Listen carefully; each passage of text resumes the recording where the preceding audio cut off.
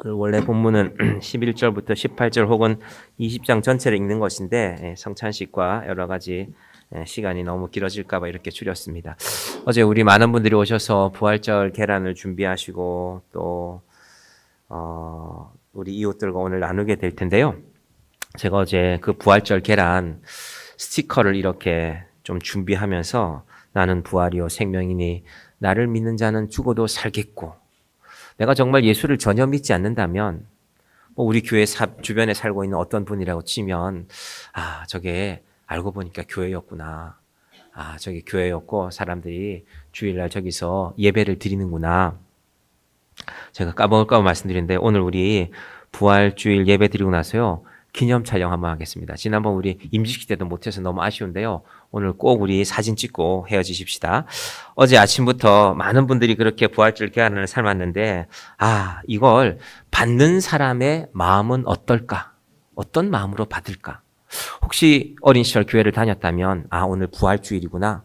그래서 이 교회가 부활절 계란을 나누는구나. 그런 분도 계실 것이고. 그런데 만약에 어떤 분이, 여러분 성탄절은요. 웬만하면 다 사람들이 환영합니다. 왜 그럴까요? 일단 쉬는 날이에요. 그렇지. 이런 선물도 주니까. 메리 크리스마스잖아요. 그죠? 선물도 받고 쉬는 날이고. 그리고 성탄절은요. 예수님 생일이라니까. 우리 다 생일이 있잖아요. 생일 없는 분 안 계시죠? 그래. 그분도 생일이 있고 나도 생일이 있고. 그러니까 성탄절이구나. 2000년 전에 태어났다니까. 어차피 오래돼서 잘 모르는 일이고 좋은 일로 하지 뭐. 그렇다고 치십시다. 부활절은요. 다릅니다. 예수님이 다시 살아나셨습니다. 하다가 이제 그런 거짓말을 하네? 라는 반응이 나올 수 있지 않겠어요?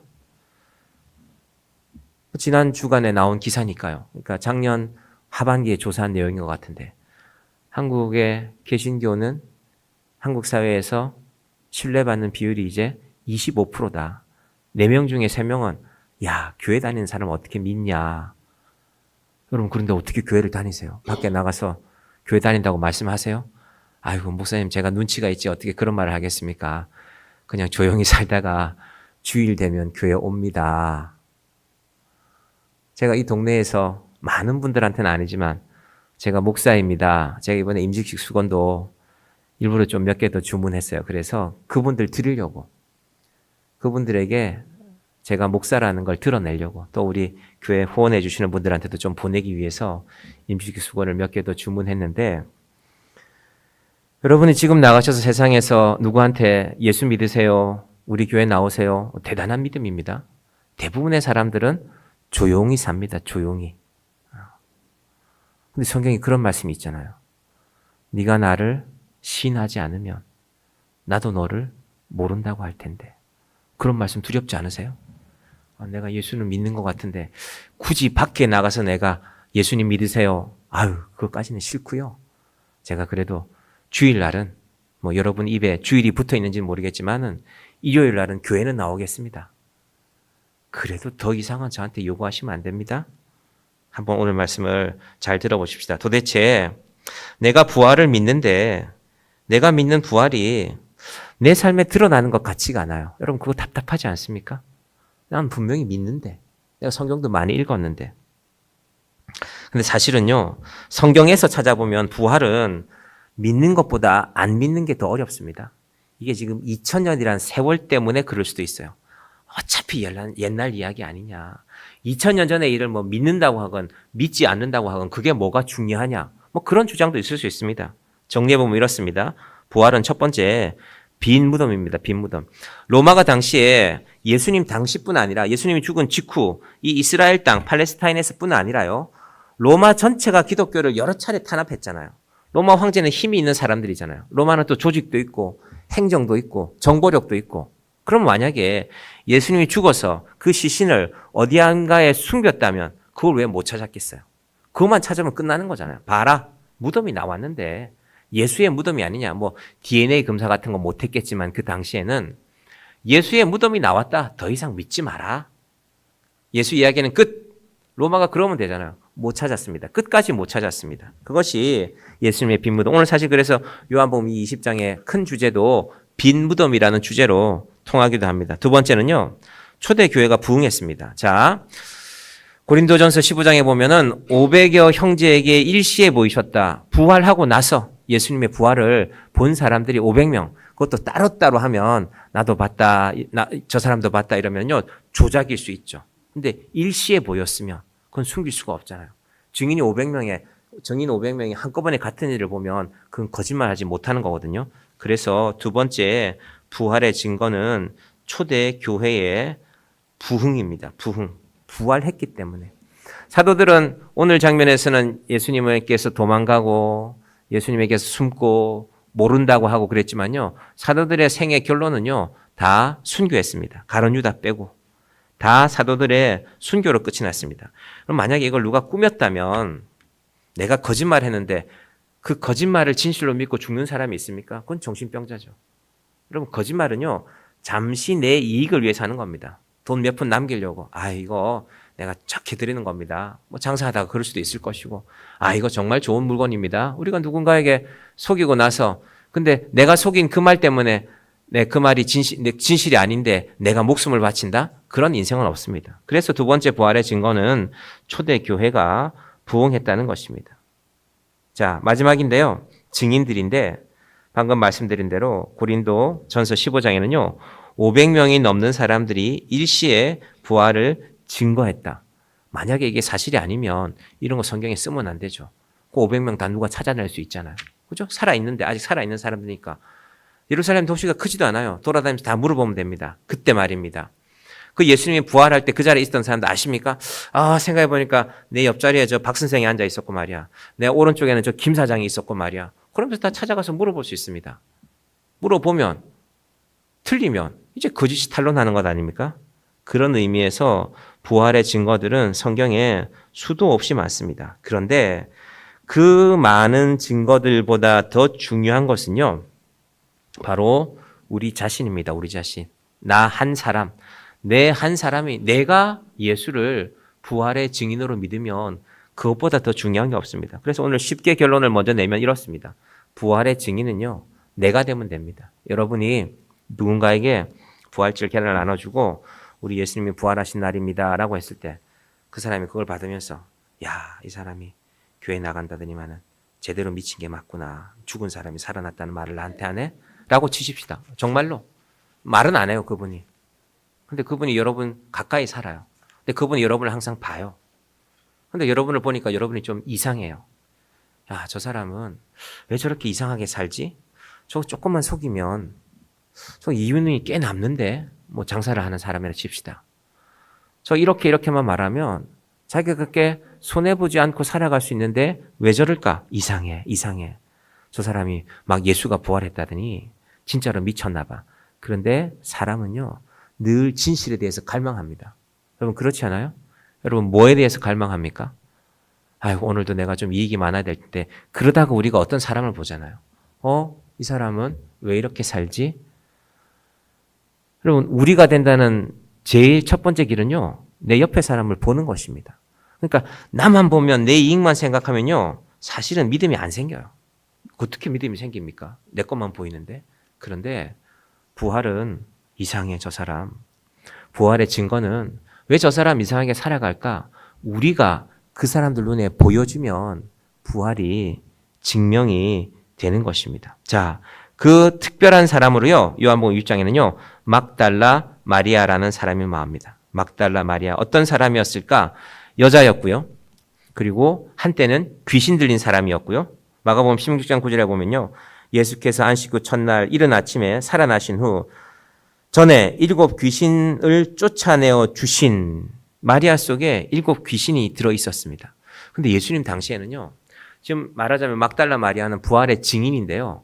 법적으로 여자분들은요. 증인으로 채택이 안 됐습니다. 여자분들 10명이 내가 오늘 아침에 여기서 봤다니까?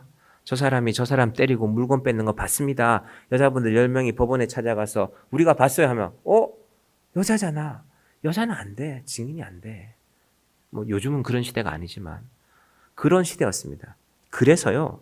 요한이 막달라 마리아라는 인물을 여기에 등장시키는 거 우리가 한번 정리해 봐야 돼요.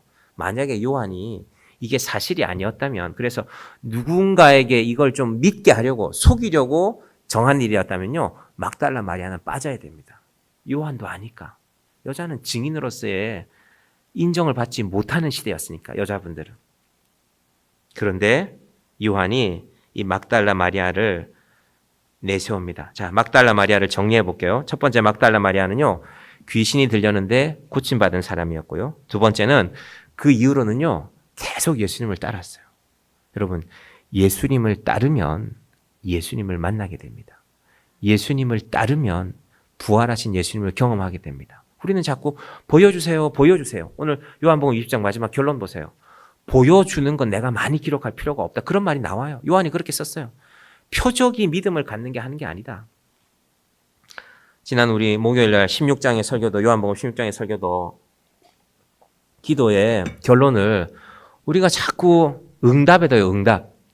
내가 교회도 좀 나갔는데, 내가 주일날 나가서 이렇게 열심히 예배도 드리고 헌금도 하고 그랬는데, 뭐 내 삶에 바뀌는 건 하나도 없네, 응답은.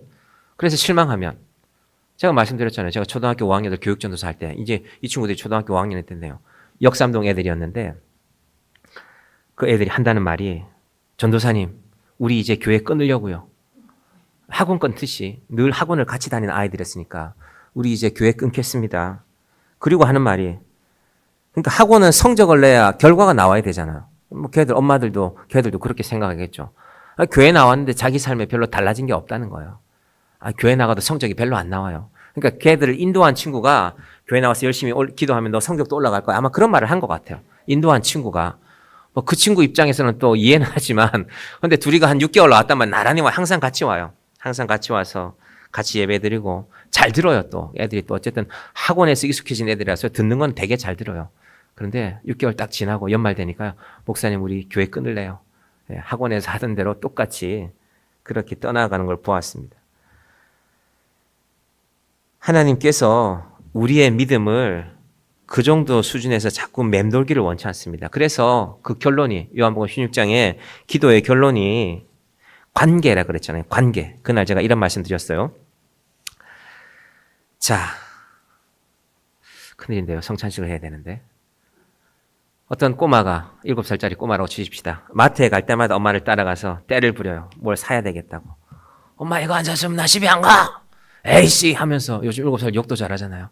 바닥에 들어놓아갖고 안 가. 할 수 없이 엄마가 이제 끌고 나왔어요. 끌고 나와서 차에 태우고 집에 데려왔어요. 이제 씩씩거리고 자는 거죠. 지쳐서 자요. 애가 누워서 이런 생각 할 수 있죠. 내가 사달라는 것도 안 사주고 엄마를 바꿔야 되나? 부모를 바꿔야 되나? 참 큰일인데 이런 집에 내가 계속 살아야 되나? 예를 들면 제가 좀 각색을 했지만, 여러분 그러면 부모는 어떤 생각할 거예요? 애를 보면서 야, 저놈 저거 마트 갈 때마다 바닥에 들어넣어갖고 뭐 사달라 그러고 안 되겠네. 애를 바꿔야 되나? 하나님이 그런 생각을 하지 않으신다니까요. 하나님은 애가 울다가 잘 들면 얼굴을 쓰다듬고, 얘야, 네가 원한다고 다 사줄 수는 없는 거야. 그건 부모의 능력 문제가 아니라 나는 너한테 필요한 걸 주는 존재야. 그리고 너는 네가 정말 필요한 게 있으면 언제든지 엄마를 부를 수 있고 언제든지 아빠를 부를 수 있는 거야. 여러분 그게 기도라니까요. 여러분 그 기도가 여러분의 기도가 되기를 바랍니다. 기도를 자꾸 한판 하려고 그래요. 한판. 기도가 무슨 씨름입니까? 한판 하게? 누구와 싸워서 이기려고요. 하나님이 우리 아버지라니까요. 그래서 기도를 열심히 하는 건 좋습니다. 열심을 가지고 기도해야죠.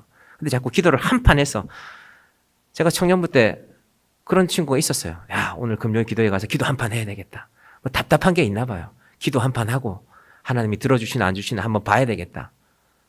그게 아니라 기도는 하나님이 아버지란, 그래서 하나님 아버지라고 부르는 게 기도입니다. 자, 오늘 그게 결론이 아니니까 결국 사람들은요, 기적을 보지만 믿고 싶은 것을 믿습니다. 여러분은 진실을 보면 진실을 믿습니까? 그 진실이 내 마음에 안 드는데 믿고 싶은 것을 믿어요. 유튜브에 돌아다니는 수많은 이야기도 그렇잖아요. 요즘은 여자분들만 그런 걸 많이 듣는 게 아니라 남자분들도 유튜브에 나오는 그런 얘기 있잖아요. 왜 며느리가 시어머니를 싫어하는데 시어머니를 어떻게 했나.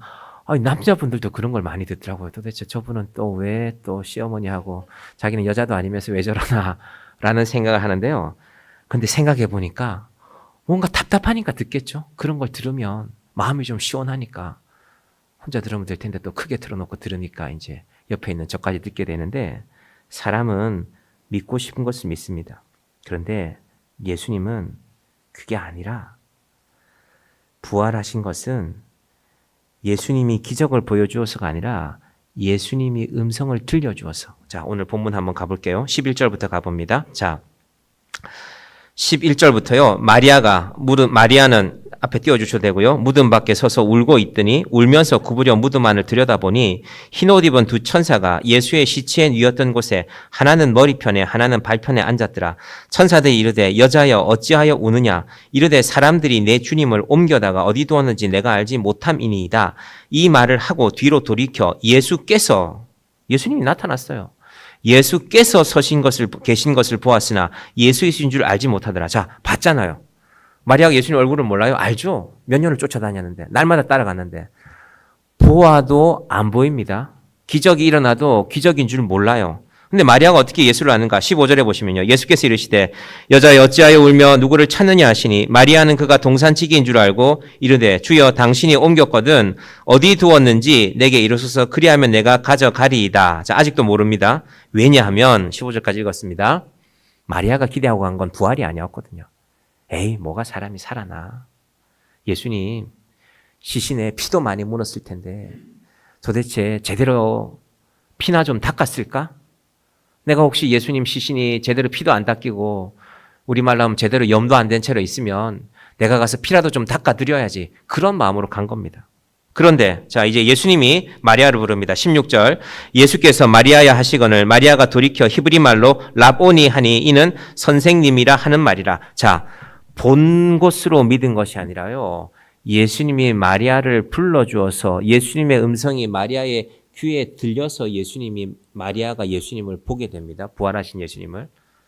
여러분, 마리아에게 들려준 그 예수님의 말씀이 오늘 우리에게는 성경으로 들려지는 것입니다. 뭐 여러분이 기도하셔도 좋아요. 안 해요.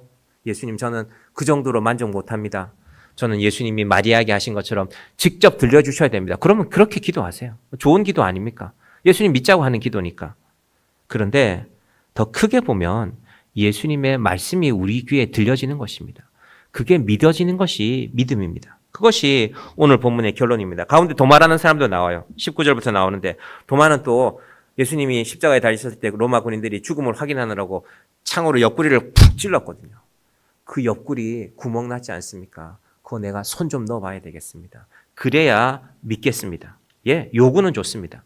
저는 오히려 우리가요, 내가 뭐 교회도 오래 나갔고 그래도 내가 예수 믿으니까 구원 받겠지, 천국이 나이겠지, 그 믿음보다는요, 저는 오히려 도마의 믿음이 제 마음에는 듭니다.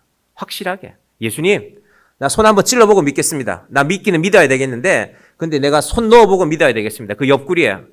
그럼 우리 믿음이 때로 이렇게 분명한 믿음이 되기를 바랍니다. 믿는 것도 아니고 안 믿는 것도 아니고 이런 믿음이 아니라 도마처럼, 이건 저는 제가 보기에는요, 의심하는 믿음이 아니라 차라리 의심하고서라도 분명하게 믿겠다는 믿음이 오늘 이 부활절에 우리의 믿음이 되기를 바랍니다. 주님을 보고도 믿지 못하는 믿음이 아니라 주님의 음성을 들었으니 이제 마리아가 달려갑니다. 달려가서 뭐라고 합니까? 18절 말씀 봅니다. 시작. 막달라 마리아가 가서 제자들에게 내가 주를 보았다 하고 또 주께서 자기에게 이렇게 말씀하셨다 이르니라. 보았다, 말씀하셨다. 두 가지가 우리의 부활이 되기를 바랍니다. 여러분도 예수님의 기로 예수님을 듣고 내가 그 주님을 보았습니다. 내가 그 주님의 음성을 듣습니다. 이 말씀이 오늘 내게 주시는 것입니다. 이것이 우리의 부활이 되기를 바랍니다. 그리고 나서 이제 예수님이 이 부활을 믿는 자들에게, 믿는 제자들에게 부탁하십니다. 뭘 부탁하십니까? 21절 예수께서 또 이르시되 너희에게 평강이 있을지어다. 아버지께서 나를 보내신 것 같이 나도 너희를 보내노라. 얘들아, 봤지? 이제 안녕? 이게 예수님의 인사가 아닙니다.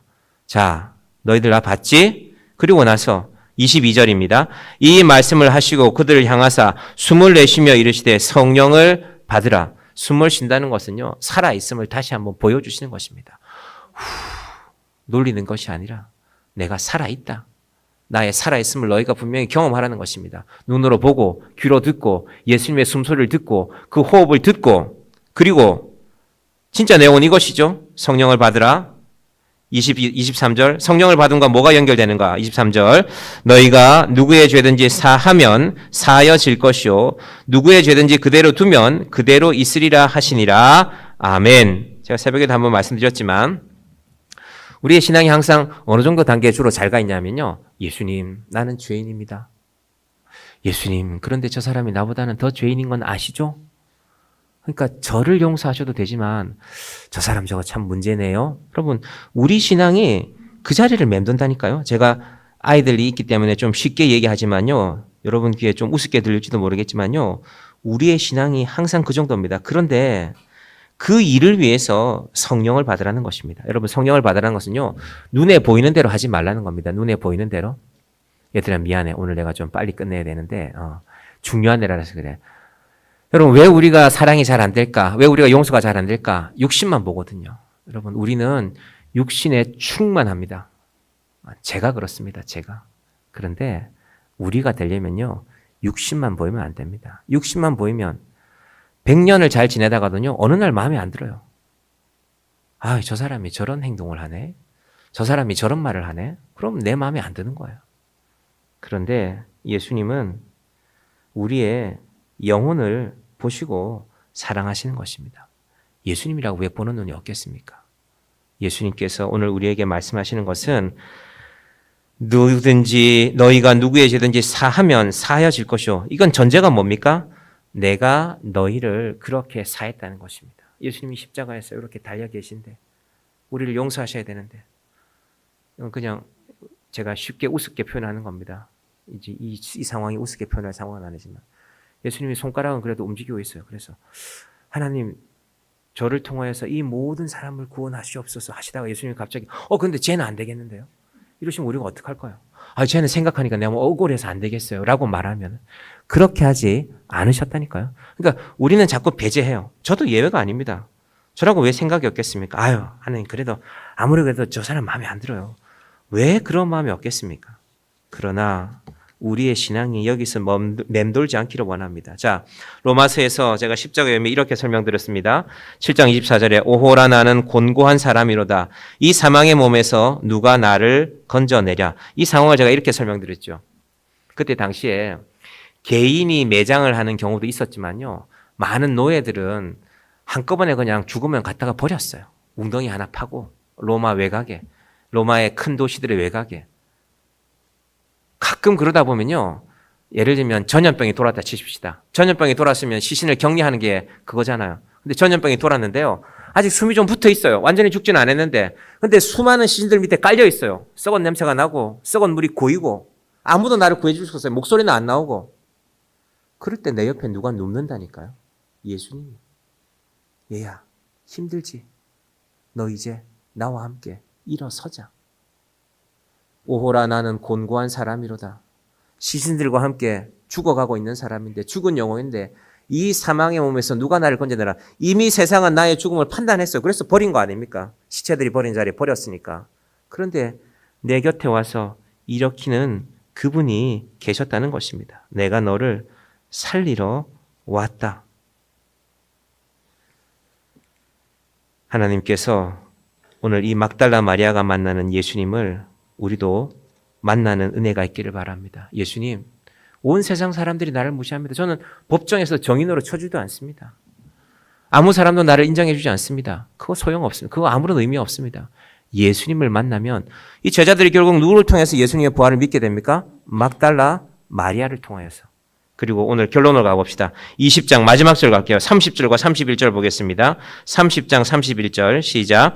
예수께서 제자들 앞에서 이 책에 기록되지 아니한 다른 표적도 많이 행하셨으나 오직 이것을 기록함은 너희로 예수께서 하나님의 아들 그리스도이심을 믿게 하려 함이요 또 너희로 믿고 그 이름을 힘입어 생명을 얻게 하려 함이니라. 아멘.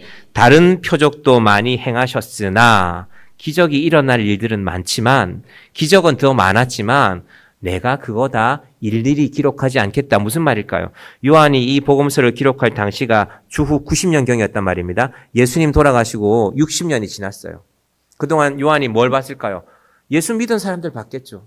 많은 기적을 경험한 사람들 봤겠죠. 아, 이번에 또 누가 돌아가셨다네? 들었겠죠. 장례식 소식을. 근데 많은 기적을 경험했지만 믿음으로 살다 가지 않은 사람들이 많았다는 겁니다. 그러니까 내가 더 많은 그분의 기적을 알고 있지만 그 기적을 여기에 더 기록하지는 않겠다는 것입니다. 이제 요한복음 다음 장에서 마무리되거든요. 여러분, 우리 삶에 우리의 기도가 기적이 아니라 하나님께 기도할 수 있는 아이가, 부모가 아이를 바라보면서 얘야, 네가 오늘 마트에서 사달라고 한 거 내가 사주지 않았지만 그렇다고 내가 네 엄마가 아닌 건 아니야. 그렇다고 내가 네 아빠가 아닌 건 아니야. 얘야, 너에게 필요한 건 엄마 아빠가 어떤 희생을 치러서라도 너에게 줄 거야. 그러나 너에게 필요한 것을 줄 거야. 하나님께서 이 기도의 의미를, 이 부활의 의미를 저와 여러분의 마음에 깊이 새기는 우리의 부활이 되기를, 마리아가 만났던 그 예수를 만나는 저와 여러분이 되기를, 부활하신 예수를 만나는 우리가 되기를 간절히 축원드립니다.